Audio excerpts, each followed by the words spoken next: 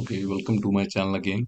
ये वीडियो मैंने बनाई है अपने लीगल स्टूडेंट्स के लिए जो लीगल ड्राफ्टिंग अभी सीख रहे हैं, समझ रहे हैं, सोच रहे हैं और हर रोज़ कोशिश कर रहे हैं कि उनकी लीगल ड्राफ्टिंग स्किल्स अच्छी हो जाए।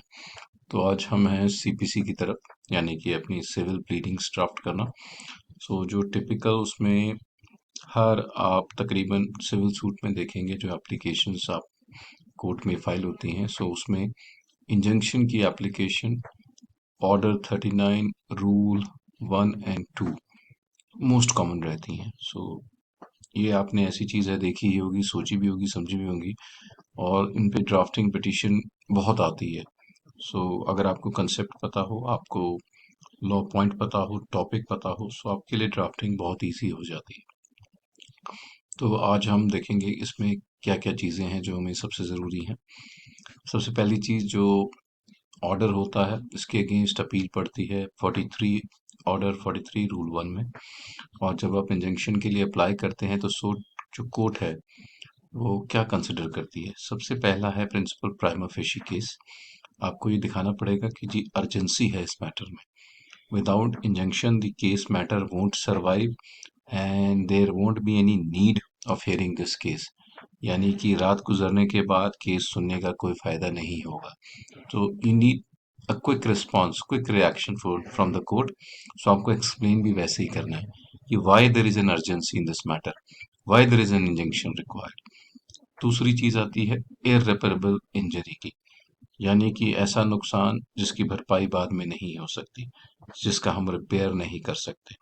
तो ये आपको बताना है, शो करना है, डेमोन्स्ट्रेट करना है through your pleadings, through your supporting documents कि इफ इंजंक्शन यानी कि इसका अगर रिलीफ नहीं मिलेगा हमें, सो गजब हो जाएगा, यानी कि नुकसान ऐसा होगा कि भरपाई नहीं कर सकते। उसके बाद हेलो, ओके, सॉरी फ्रेंड्स, एक अर्जेंट कॉल आ गई थी क्लाइंट की। So sorry for that. Now coming back to my video.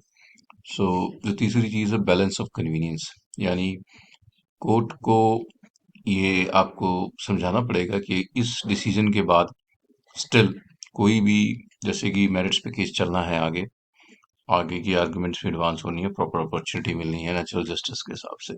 So जो कन्वीनियंस है बैलेंस का, लाइन बोथ द पार्टीज को अगर हम रखें आज, क्या गेन है क्या लॉस है मैटर में, सो वो इम्पैक्ट नहीं करेगा।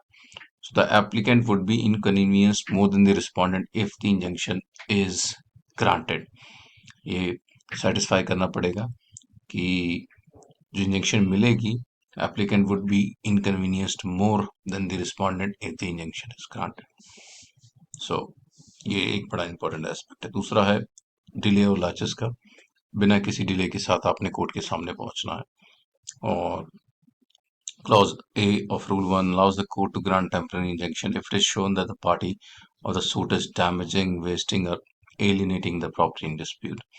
Further, Rule 1C allows the court to grant temporary injunction if it is shown that the defendant threatens to dispossess the plaintiff or cause injury to them. So ये दोनों aspect बहुत ही important है। जब भी आप अपनी ड्राफ्टिंग एप्लीकेशन इन पे करें, आप इन चीज़ों का ज़रूर ध्यान रखें। So thanks for watching. ऐसी वीडियोस मैं बनाता रहूँगा। मेरे चैनल को लाइक सब्सक्राइब ज़रूर कीजिएगा। Thank you.